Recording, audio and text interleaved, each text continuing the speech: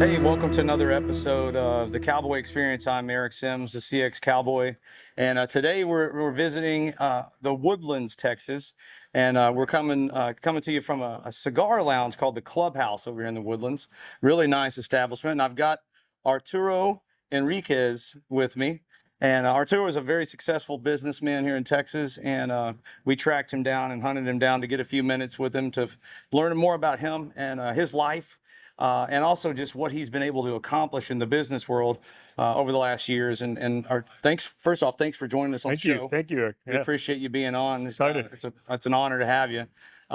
We've met with some other people that know you on other episodes, and they speak very highly Oh, that's great. of you. And so, first I always like to start out with just a little background on people. Where are you from? Who are you? Kind of thing. So. Sure. I know a little bit just from talking to you, but our viewers don't. So maybe just start out where are you from originally, and we'll kind of go from that. Yeah. So originally born in Mexico. When I was 5, my family moved to the United States. My father went to school in the United States, and so it was an easy jump for him. And grew up in the United States, went to great schools, had great opportunities for my family. My family moved back down to Mexico City, and I stayed in the States. I went to boarding school, college. My first job was out here in the United States, and then barring small corporate jobs, jumped right into entrepreneurship at an early age. Started in Mexico, so I went back to be an entrepreneur in Mexico. When you didn't know anything, I didn't know anything. Yeah, it's oftentimes when you're the hungriest, and it's the time when you should least do things because you don't know anything, right? Yeah. And I tripped over myself a couple of times, but since then, I started a couple businesses and then realized that I'd rather bypass the startup risk because starting a business is pretty hard. Yeah. No matter who you are or what background you have or what economic situation you have. And have since sold over 59 businesses across 19 industries. So wow. Okay.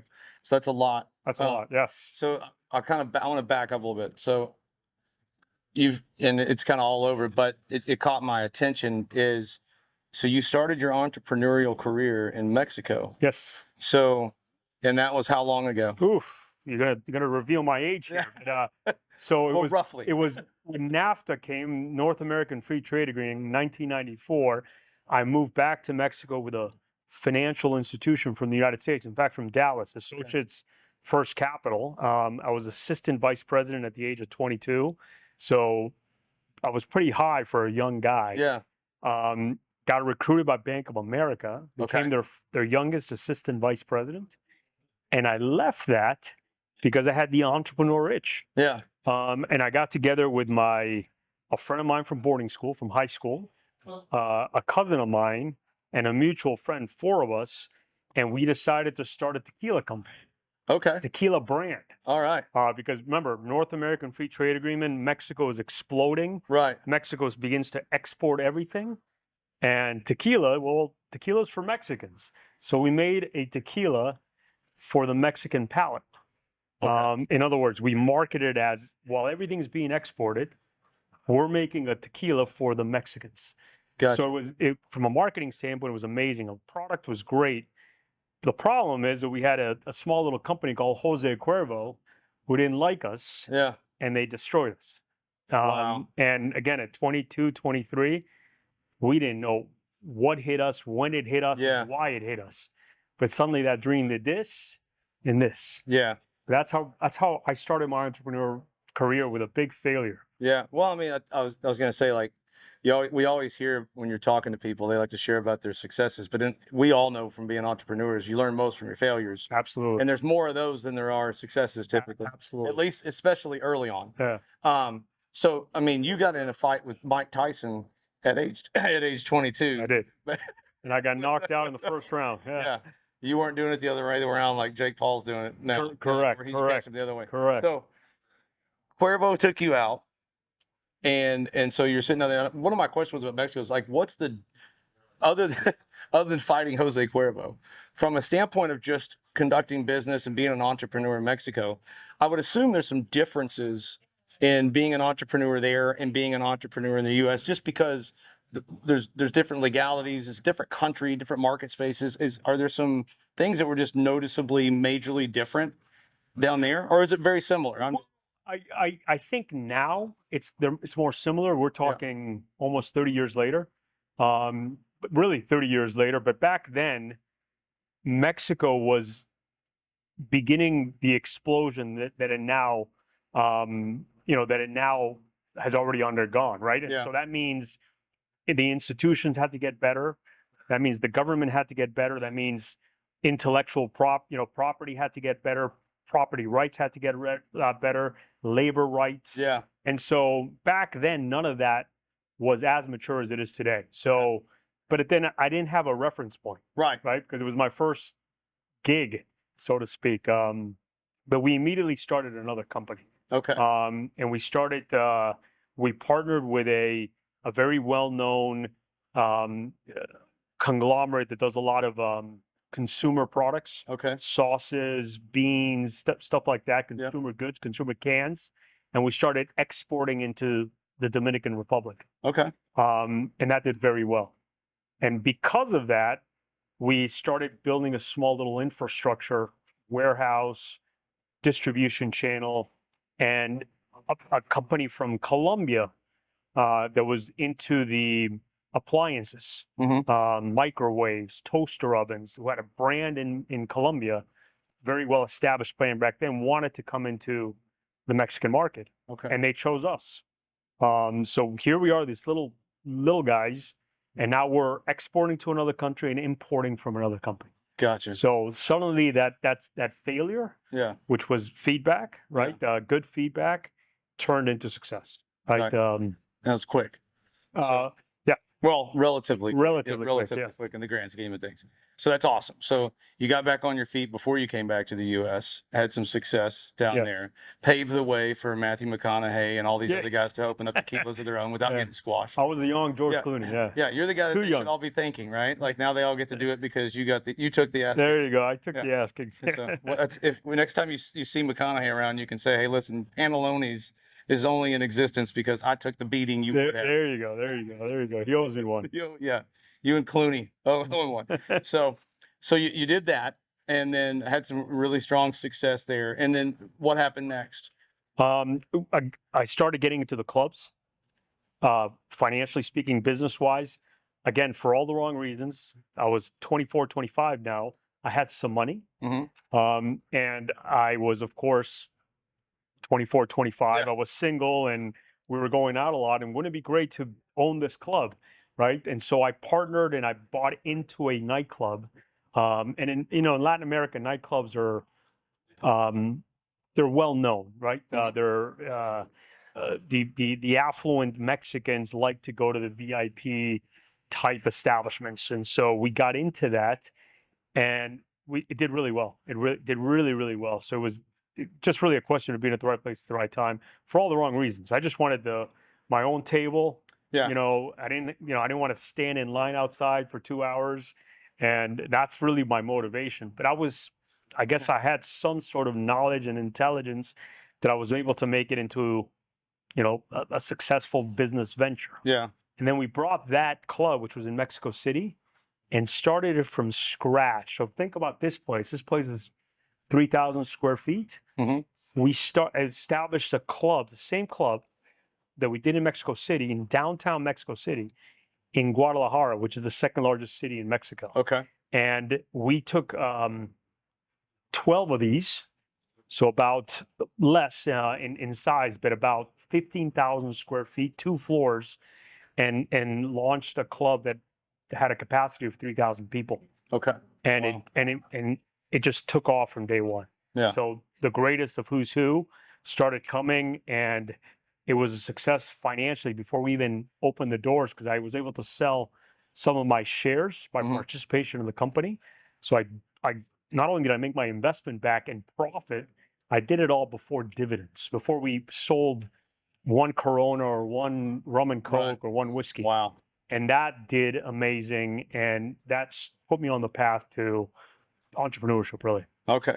So that's awesome. So you have the club business going down there, And then the next step was you came back to the States? So I came back to the States because my family, my parents particularly, and my grandparents, high believers in education and training and continuous improvement in oneself. And so it was always in my mind, the back of my mind, that I was going to get a master's degree. And I did. I got an MBA in Northwestern University, Kellogg Grad School of Management. And that took me to Wall Street. That took me to investment banking, which was something that I always wanted to be in. And I went to Goldman Sachs, Lehman Brothers. So I stopped the entrepreneur. Okay. And now we're talking 1999, 2000. So it's the dot-com era. I don't know if you remember that time. Oh, yeah. So everybody was, grabbing a name and putting a .com next to it, and suddenly they raised $100 million, right? And so I'm seeing all this. I didn't really like the ambiance of Wall Street. I mean, it's a very crude. You got to have a thick skin, and you got to like that. I'm not going to get into too much detail to that, rough. But it's not so much rough. I just didn't like the values. Right. Okay. More the values of it, and so I jumped ship, and with partners from my MBA, we raised $10 million from 3 different private equity funds, venture capital funds, that is, CVC, Citibank Latin America, Merrill Lynch, and Explorador Fund out of Silicon Valley. And we started a logistics internet company in Latin America. Okay. So I had to give my bonus back to Lehman Brothers. They're like, "What are you doing?" Well, again, I'm an entrepreneur at heart, and we started in Argentina. Our home base was in Buenos Aires, then opened our second office in Mexico City, third office in Brazil, in Sao Paulo, fourth office was in Santiago, Chile, fifth office was in Bogota, Colombia. So we suddenly became an international company. Think about that, right? That's a lot fast. Immediately. In 6 months, I was living on a plane and in hotels because I was the one actually, hiring the country managers, hiring the people, finding the offices, reaching out to logistics company, reaching out to clients. So all the eBays, the Amazons, and that were starting back then in Latin America, they were all our clients. Okay. Because they needed to ship. Yeah. So we were the logistics arm powering that. Yeah. And that actually had a short stay because, as we all know, the bubble burst. Yeah. Right. And it's not that we weren't doing well; it's all our clients disappeared. Right. And we took it offline. So we kind of substituted the laptop with salespeople. Okay. And we still sold logistics company services, and that allowed us to sell the company at a little bit more of what we had raised. So we made our investors whole. Just think about it, the sign of the times. Everybody was crashing. Everybody was going bankrupt. Right? They had raised not $10 million, hundreds of millions of dollars, right? And it was evaporating. And it was evaporating, right? And we weren't a big success, but we didn't fail. And that, in that time, was called success. I was going to say, that's a huge success in that market. Yeah. Correct. So we were in CNN and in international as a success story for not having gone bankrupt. Yeah. So it's an odd time. But a lot of learning. We did well, Now I'm flexing my muscles. Yeah, I was gonna say, man, learn just from my experience. So one of my businesses, we're in outsourcing, contact center outsourcing, right? We're US based, but previously I'd worked with some companies that were all over. And one of the biggest challenges when we're saying, this, but this one, I'm telling this to bring this up, is one of the biggest learning curves and challenges in going to all these new countries is just the hiring and legality of all. I mean, I remember our sites in Chile, they were striking. There's like a union for every person that exists down there. You were constantly dealing with that. So I'm sure going through all that and just and you're dealing with logistics and transportation and import, export, that type of stuff. I can't imagine the learning curve there. You hit the nail on the head, because it was 5 different countries, 5 different legal systems, 5 different cultures. Like, everyone kind of bulks Latin America in one. Oh, yeah. Chile is not Colombia, and Colombia is not Brazil, and Brazil is not Argentina, and Argentina is not Mexico. Nope. They're, it's like saying the Americans and the English are the same. Absolutely not. Yeah. And the Australians, because they speak English. No. It's 3 totally different countries. Yeah. And so that was surprising. When we sold the company, I was beat up. It was a 2-year thing where we grew this company into an international behemoth, and then had to unwind it, Yeah. sell it, and now I'm like, what do I do? Yeah. And I'm like, crap, I'm tired. I don't want to go back to corporate America. Imagine now having a boss after this experience, and I didn't want to start a small little company again, right? Right. After this big company that I'm scratching my head and I'm tired. I'm like, Yeah. what do I do? And I decided to go back to school and get the 2 master's degrees. Okay. And I did that on PR. Okay. Because you need PR, you need kind of the whole communication advertising. Yep. Master's in communication, and I needed to better understand the legality. So I did international relations. Okay. Just because of that. That's Yeah. a great point you made. Yeah. Well, so you went back to school to learn it all. Yes. If you can learn all that, which changes all the time too, which makes it even more difficult. It does. So, which, kudos to you for like, that's an entrepreneur at heart. Like you're like the model entrepreneur that so many people try to be or want to be. I appreciate Look at that and say like, okay, well, I mean, there's guys that want to be entrepreneurs, but I think a lot of people don't understand how much you have to fail. Ooh. And B, those of us who have started companies from scratch. I've done that. I've got one company still that's like that. And I tell people all the time, like, I wouldn't change a thing and I'd never do it again. Yeah, right. Right. You're right. It's just really hard, know. And so you figured out with all that, you were able to succeed still, but you realized I've made it harder than it has to be. There's got to be an easier way to do this, or a more simplistic way to do this.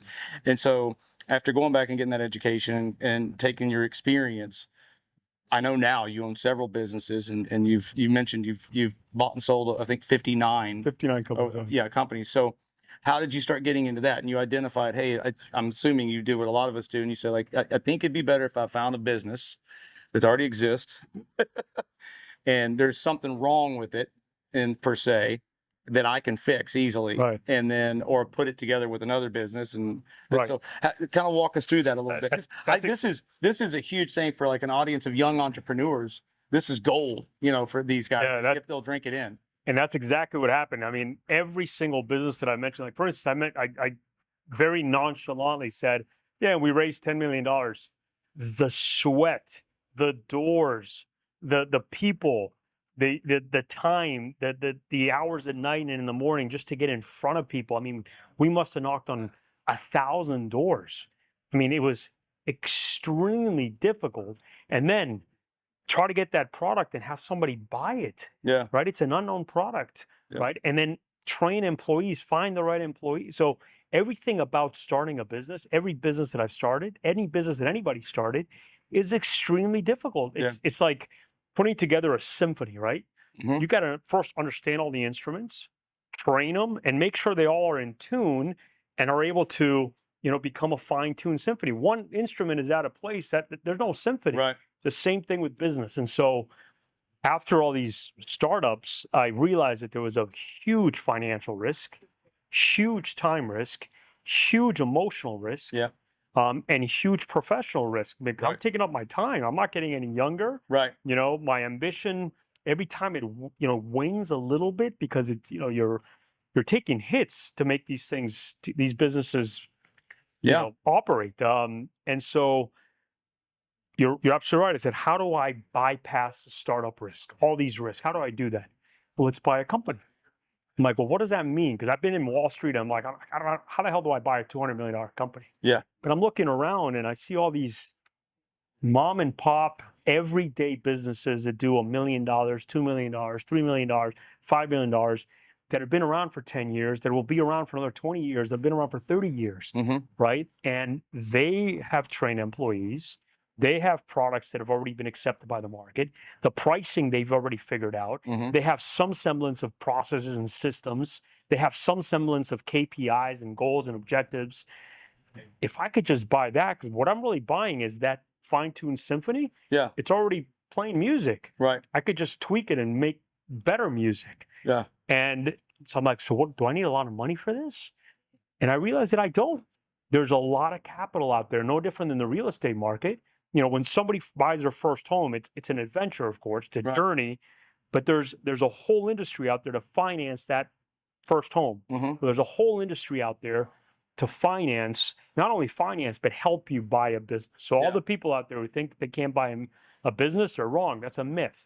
Okay. Anyone can buy a business without capital. Anyone can buy a business without experience, just like I did. Yeah. And we have a consulting company right now that teaches people how to do this. Okay. And so I decided to buy the first business, and we didn't buy one, we bought two, because of course I can't do it easy. I have to do it hard. And we bought a restaurant and we bought a bar. Why we went to the hospitality industry, I don't know, but we did. Yeah. It was just two good businesses, and the rest is history. Everything that I just said was dead on, but now it was a question of how do I make these better, Right. right? How do I actually tweak them? Right, because one thing is buying that cash flow. Right now, I'm an owner. Yes, I bypass the startup risk, but now how do I do it better than the owner that I just bought it from? Right. And yes, a lot of experience came from my previous entrepreneur experiences, but I was smart enough to hire coaches. Okay. I hired someone that comes from the world of lean management, who comes from Toyota, consultant from Toyota, where lean management, as you know, started, and another consultant from Google, which is agile management. Okay. And they taught me philosophies and priceless things that I can take on any single business about efficiency, about progress over perfection, about KPIs, about, weekly sprints as opposed to yearly marathons, right? Because the weekly sprints, equate to a yearly marathon. Yep. You're just not seeing the behemoth of a marathon. Right. You're breaking it down into small little bites, so you're able to tether the tasks that you're doing today to an overall goal, right? I'm getting ahead of myself, but we started to hone that in, and that's how I was able to buy more business. Good. 6 months after I bought those first two businesses, I bought a third business, a manufacturing facility close to the Woodlands, close to Spring, up by Huntsville. Okay. And then I just started buying more businesses, and I realized that these philosophies, these principles that I had learned and we honed, can go to pretty much any industry. And suddenly I started going into different industries because the cash flow was good, the business looked good, so it didn't matter if I knew the industry. Right. It didn't matter if I knew pest control. It didn't matter if I knew car washes. It didn't matter if I knew real estate. It didn't matter if I knew, movie production. I know business, and I know people, and I know processes, and if I can put that all together, I'm going to do well. Yeah. And it's been proven. So, well, I think it's interesting because, going back to thinking of like younger entrepreneurs and even myself early on, one of the challenges is ego, right? Is like, and being able to, but, you mentioned this also, you came from a family that highly encouraged education and coaching, right? And so I think those, boded well for you in your mindset that, hey, no matter where I'm at, I need to find people that understand different aspects of the industry or the business or whatever it may be. Hiring the guy from Google, hiring the person from the other company you mentioned, to be able to come in and say, listen, I don't know all this. I need somebody to teach me these aspects. Now I can take those universal skills, really, that are like, to your point, industry agnostic skills, and go start placing those into the businesses I'm buying. Because you're right. When you look at businesses and scaling, there's some things you need to know about each industry individually to understand the market space, right? But when it comes to building a successful company, they're very similar. Like to your point, you can look around and see a lot of very successful high level entrepreneurs. They've done roofing, they've done automotive, they've done this, they've done widgets, or whatever it is. They've done tech. They don't really care. They're looking for the deal, not the industry or something else. And a lot of us get married to industries that we may know better than other industries. And I think that limits a lot of entrepreneurs at time because they say, hey, listen, peel what you do and what you understand, peel the clothing off of that, being the industry you're in, and look at what you really understand about business. Now go use that and also identify the gaps of what you don't know and find people to fill those gaps or go learn them yourself. Agreed. So most, if you look at the small businesses in the United States, pretty much worldwide, how does a small business start? Where somebody has a special skill set, right? Yep. They're a plumber, they're an electrician, they want to open a small little retail store. right? They're a videographer, right? They're a technician. Ultimately, that's what they are. And they start with that skill set and they go out and hustle, right? And suddenly they start getting clients. And suddenly they have to now hire their first employee and then their second employee. And now they got to start processes and they got to have, get an office or get a shop or a facility. Now they're got to deal with assets, right? And as that grows, if you don't grow out of that technician mentality, Yep. you're going to stay a technician all your life. Yep. Meaning you're going to be the own bottleneck to your own success. Yep. Everything's got to run through you, meaning you're going to be chief everything officer, where you should be thinking, I should not be the technician anymore. Right. I should hire technicians now. People like me, a year, 2 years, 3 years, when I started this company, and think more like an owner. Right. And I've got to change my hat and put on my business hat and stop being an operator and be an owner. That's how you scale. Yeah. And a lot of people don't understand that. I think there's a lot of fear people experience with that because they can't get over themselves, right? They can't get over the fact that, like, well, they're not going to do it exactly like I do it, or they're, if I don't do it, it's not going to get done right. You hear that a lot with guys and girls, I should say. But I think that's a very powerful perspective that, and you hear this a lot, but I think I know when I got over that hump personally, finally, it was like, oh, this is what they've always meant in all those conventions and videos I've watched when they said, quit being an operator and start being an owner. All of a sudden you can get a lot more accomplished and hire that initially one person, right, that can come in and do those things, or two people or three people that can do those things that you've been doing, and then put the processes and procedures to make sure they're done the way that they've always been done. That's made you an early success. Yeah, correct. So that's awesome. There's a lot of gold in this conversation that hopefully people can take away. Another thing I want to talk about was certainly, you bought and sold all kinds of stuff, but right now I think you said you own 4 or 5 different companies here in Texas, right? Four businesses about to own the 5th. Yeah, so 4 businesses. Can you chat us up a little bit about some of those? Sure. So we bought a bakery that's a couple miles away from here. We bought that in 2015. We brought a land development company as well that's also in this area. We still have that manufacturing facility where we do non-pressurized oil and gas equipment and metallic structures, like the metallic structure you see in most retail centers. Okay. And we're about to start. Well, we bought a book of business for a gym. Okay. Which is kind of an acquisition, kind of a startup. Okay. Because we changed the whole name and the market and where it's going. So that's an acquisition slash a startup, which I'm going against my own rules here, but I'm allowed to now.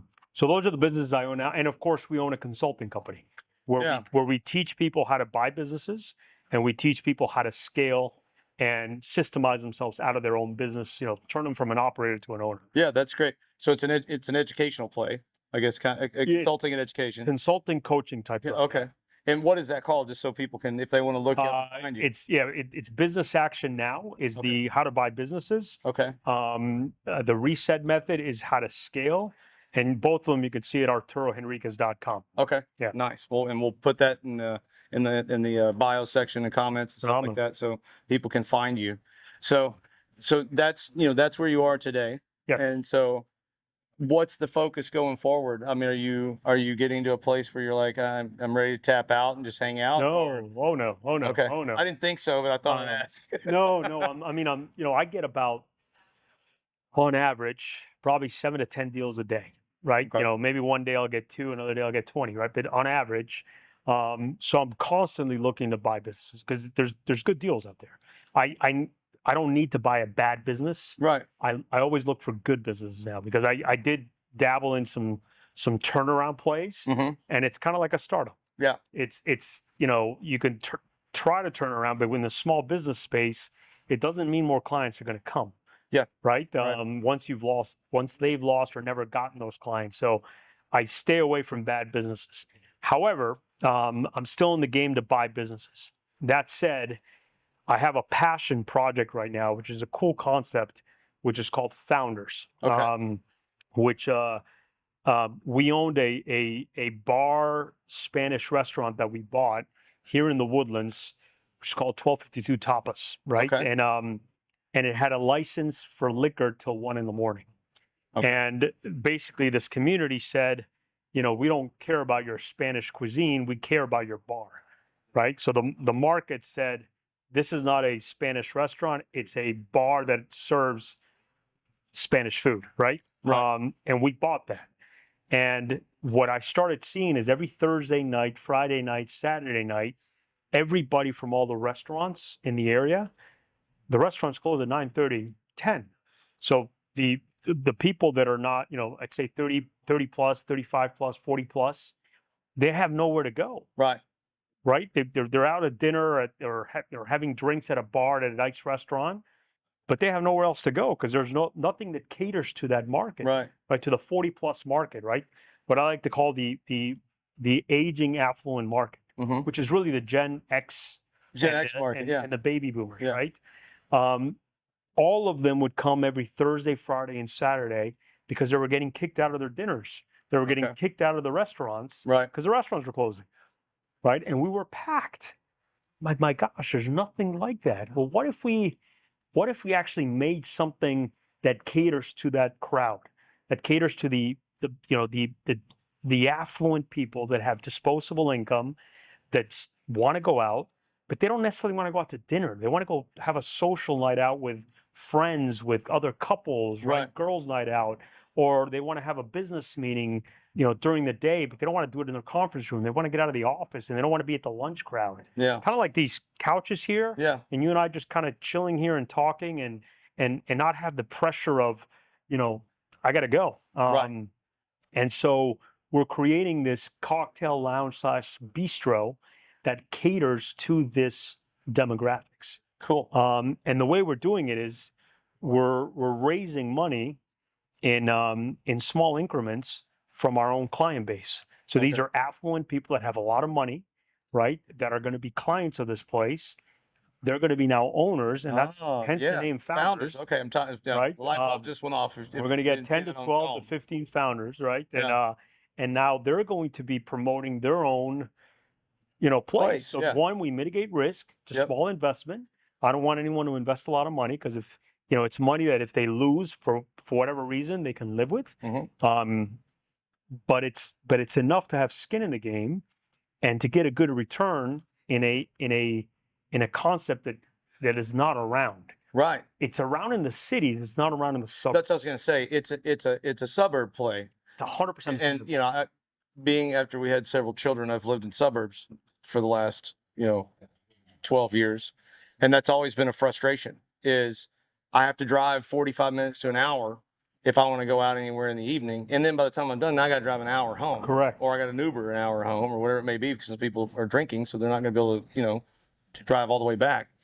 And the suburb play is really strong because there's all these people that have nowhere to go. Huh? Yeah. And what's cool about it is it's these two generations, right? The Gen X and the baby boomers, they're just getting bigger.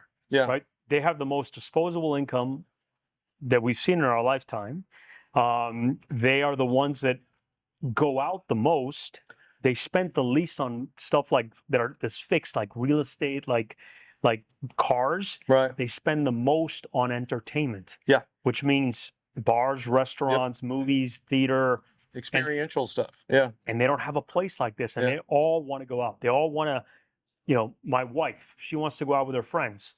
Where does she go right now? She goes to a bar, the bar of a restaurant, because she's not going to go where the 20-year-olds are. Right. They're just obnoxious. getting drunk and they're obnoxious and it's a different crowd. They're not going to go there. They're, they're 40, 50 years old, right? So now the only place they can go to is that at a high-end restaurant, the bar area, which is not meant for that. Right. Right. Yeah. And now they can go to Founders, and just be themselves and be around people like themselves, have great food, great mixology Yeah. in an exclusive VIP type setting, and stay there as long as they want, because we'll be open till 1, till the law Right. allows us to. Yeah. And we'll have little things, little stupid perks, but that again cater to this particular demographic, such as, we're all very cognizant of drinking and driving, DUIs, right? And at this stage, well, at any stage you can't really afford it, but at this stage with children, you can't really afford a Right. DUI. And so a lot of people don't drink. They don't go out and socialize as much as they want to because of Yeah. what's hanging over their head.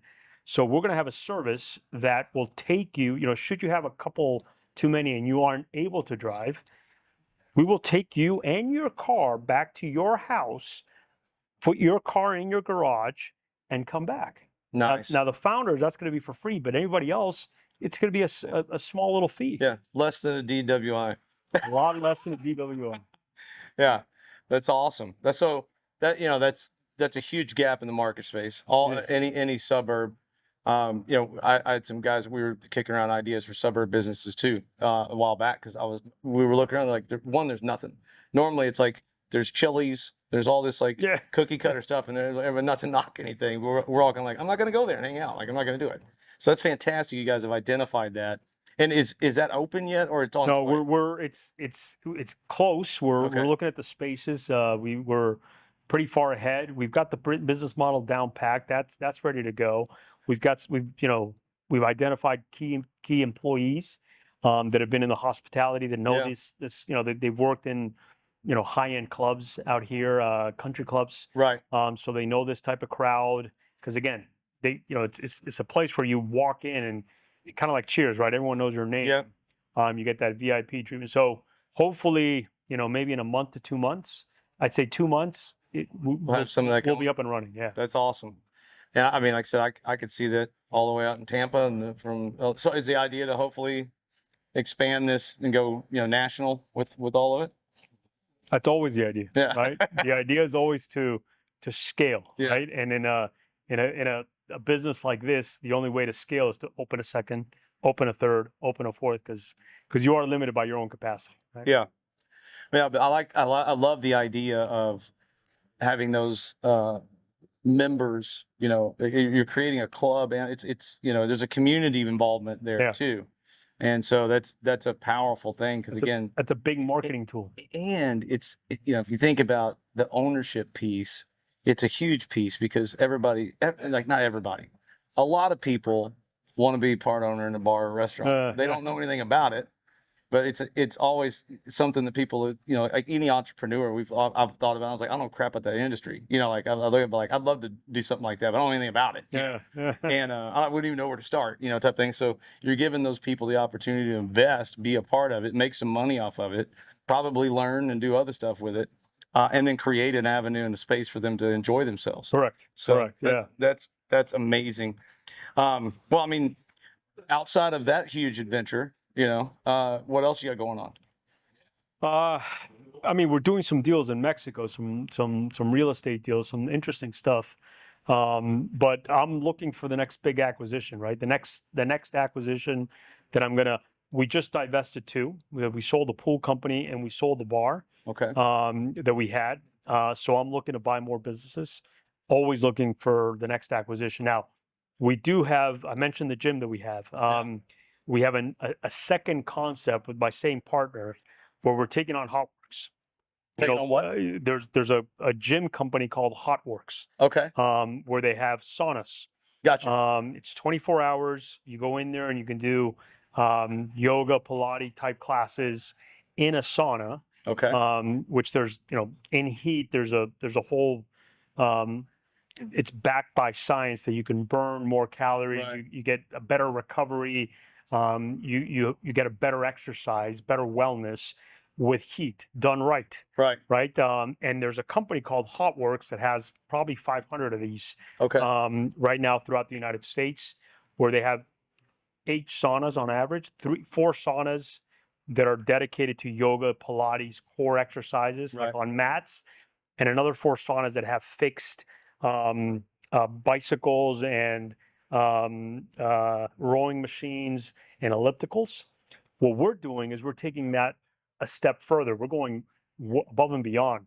We're bringing in smart machines, which is the future, of fitness. Peloton, for instance, that started this trend where in one machine you could do over 700, if not more, exercises from weightlifting, from rowing, from canoeing, from playing golf, fixing your swing, Yeah. to Pilates, to yoga, to, again, 700, 800, 900 plus exercises. Yeah. And then we're going to have the saunas as well. But we're going to have saunas that are not infrared. It's going to be the traditional sauna where the heat can go up. Right. HotWorks is infrared focus, where the heat is maxed out at a certain degree. Right. So the combination of the both is now science backed, that it's going to burn more calories. It's going to give you a better recovery. It's going to give you a better fitness, and it's also going to give you a better afterburn. Okay. Right. And so that opens up. It's called XFit Burn. Okay. That opens up in about 2 to 3 months. And the idea is to run with that concept. That's awesome. I've got a great partner. He's in the fitness industry, and he's an encyclopedia when it comes to fitness and wellness. Yeah. So he's the technician, and I'm the business guy. And my understanding is he's also your coach for a fitness event you have coming up or something like that. Yeah, he wants to get me into a lot of fitness. Yeah. So I play soccer 3-4 times a week. Yeah. That's it. At my age now, and with these knees, these cranky old knees, we'll see if I make it. Yeah. I'll definitely try. Well, it's these young guys that we keep around us, keep us young. They keep us young, yeah. Yeah, I enjoy that part too, having the younger generation around. They keep me moving. So, well, cool. So you got the fitness thing, you got the founders thing. That's amazing, and you got your family and everything else. Like you're busy guys. Yes. Everything. And then you've got the consulting thing that you're continuing to grow. So that's correct. That's I mean, that's based here in the Houston area too. Yeah, and that's kind of on automatic, because we do group coaching, we do online learning, and so it's at your pace with coaching involved with it. And I mean, we've had over 1,000 people, learn how to buy a business. These are people that were waiters. These are people that were chefs. These are people that were, freelancers that never even thought or dreamed that they could even potentially buy a business, who have now bought businesses because they've gone through the program. And then we've had over 600 business owners who are kind of stuck in that technician mode. They're working 80 hours a week. They're not seeing their family. There's no quality of life. They're putting out fires, right? It's 80%, fire drills, no strategy, because they're in the business, and we're teaching them how to systemize, how to put process in, how to, hire the right people, how to hire the right people, how to train the right people through hiring funnels, onboarding funnels, how to mastermind KPIs and make sure everybody's tasks, all your teams, are tethered to whatever goals you have set, and make sure you have goals set. Because if you say, I want to grow 20% right now, right? Yep.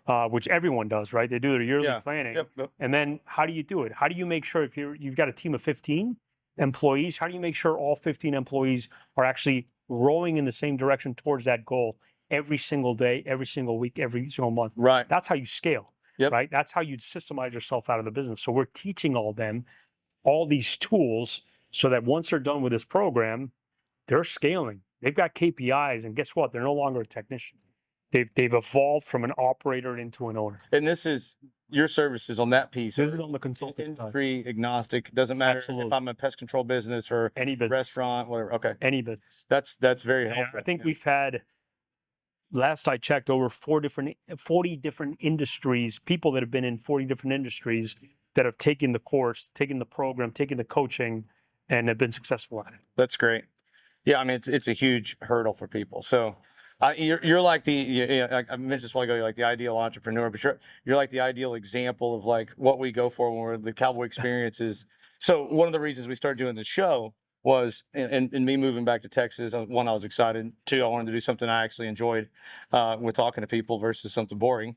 And part of that was, I've always said, in Texas has this kind of image, right, nationally and maybe even internationally of how we are here. And I think one of the things that we like to highlight is that piece of hey, when we see something we want, we just go do it ourselves type of Right, mentality, right. right? We don't wait on everybody else to bring a solution to us. We'll just make our own.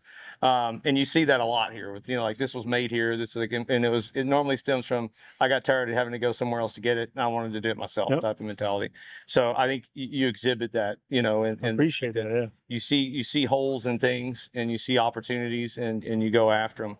One of the last things I'd like to kind of talk about would be just around advice you have for young or experienced entrepreneurs that may be looking to try to figure out their next step or their next play or get out of that frustrating situation. Is there any nuggets or anything like that? Yeah, I mean, the best advice I could give anybody, and I've done that with friends of mine here, is don't choose the path of highest resistance, right? And what do I mean by that? If there's a lot of risk and there's another path where there's less risk, find that less risk. A clear example is, instead of starting a business, like let's say I wanted to start the cigar lounge, right? Yeah. I'd rather buy this than start it. Yeah. Because I'm going to mitigate that risk. And there's myths out there, which I mentioned before, that people can't do this because they don't have the money. Yeah. Well, there's programs out there. There's a whole industry that'll give you the money. Yeah. Well, I don't have experience. Well, you're buying a business that already has employees. They already have the technical skills. They already have the processes. They've already figured this out, where you don't need to have that experience. Now, you're going to have to learn it. Yeah. But you don't need to have it to buy a business. Right. So again, it's a path of least resistance.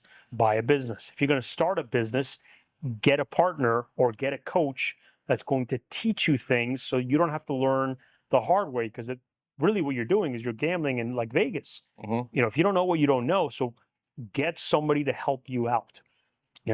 And 3, if you're a young person, anybody that's young out there, don't do what I did, because I got lucky, I think. I was very ambitious, extremely ambitious, and I thought I knew everything at an age where I didn't know much. I didn't have points of reference. I didn't have perspective. I didn't know how to service a client. I didn't know how to, negotiate with suppliers, terms, pricing. I didn't know what break even was. I didn't know what working capital was. I didn't know what I didn't know. I just wanted to start a business. So I would say go get a little bit of experience, get less green, and then, get into the business world. Because if not, you're going to fail. Yeah. And if you don't have the wherewithal to get your stand up, you're done. Right. So I guess hopefully those are good pieces of nuggets there. I think they're great. I think those are all things that, people, if they're willing to listen and go apply, I think those are all extremely valuable pieces to evaluate. I think you're right. There's a lot of people don't realize that there's money out there. I was one of those people for a long time. I think I've seen 100 million different things on there's no shortage of money. I think I tell you, I was listening to Grant Cardone, who I used to listen to more than I do now, but one time listened to like a short, and he said, there's no shortage of money. If there was, they'd just print more. Yeah. And I don't know why that day it registered with me, but that nugget and what you just said, for me as an entrepreneur at that point, changed my life, because all of a sudden I started operating differently. Yeah. The fear of, hey, this guy's got all the money, there's no way I'm ever going to get it, I've got to go this other route, right, was gone. That delusion was gone. So understanding that there's plenty of opportunity out there from a financial standpoint, it's just a matter of finding that and understanding that will open the door to success in a far easier and faster way. Yeah, agreed. So, well, man, that's awesome. I appreciate you being on the show. Thank you. I know you're a busy guy, so it's always a pleasure to come out to different parts of Texas and meet with Texans who are succeeding greatly, and exuding that kind of the Texas lifestyle that we have it. And appreciate the cigar and the fun time. Yeah, no, thank you. Love to have you back on at some point in time again, once you get the founders thing going too, and come visit one of the places. I'd love that. And check that out and see how that's progressing as well. So the before and after. Yeah, the before and after. So one of the last things I always do, make sure people know how to find you, get in touch with you if they want to. Again, we mentioned the consulting thing. Is that the best avenue? Yeah, you probably go to www.arturohenriquez.com and they can find me there. We've got a lot of resources, free resources as well. Okay. Free books, free exercises, free a lot of nuggets, that people can implement today. Gotcha. So that's probably the best place. Yes. If anyone wants to reach out, go there. Awesome. Well, thanks for being on the show. All right, I Eric. Thank appreciate you. it. Yeah. And thanks for joining us on this episode. We've had a great time. If you like the episode and you like the show, we'd ask you to please like, share, and subscribe, and give us a follow and check out Arturo's his businesses online. And if you need to, reach out to him. And stay tuned for our next episode. It'll be coming soon. And thanks for watching another episode of the Cowboy Experience.